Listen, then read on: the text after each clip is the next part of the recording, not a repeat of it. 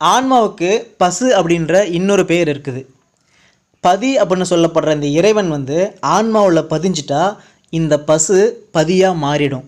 அதாவது இந்த ஆன்மா இறைவனாக மாறிடும். ஆன்மாக்களுக்காக படைத்தல் தொழிலையும் காத்தல் தொழிலையும் செய்கிறது அந்த இறை சொரூபமாக இருக்கக்கூடிய சிவசக்தி தான்.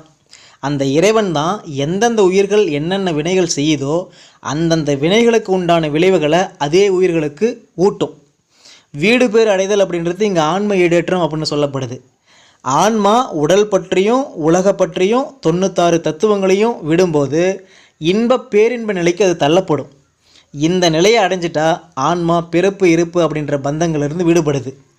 நீங்கள் மூச்சு பயிற்சியை முறையாக பயிற்சி பண்ணி அதை தொடர்ந்து செஞ்சுட்டே வந்தீங்கன்னா வச்சுக்கோங்க, உங்கள் ஆன்மா அப்படின்றது பிரபஞ்ச சக்தியோட ஒன்றிணையும்.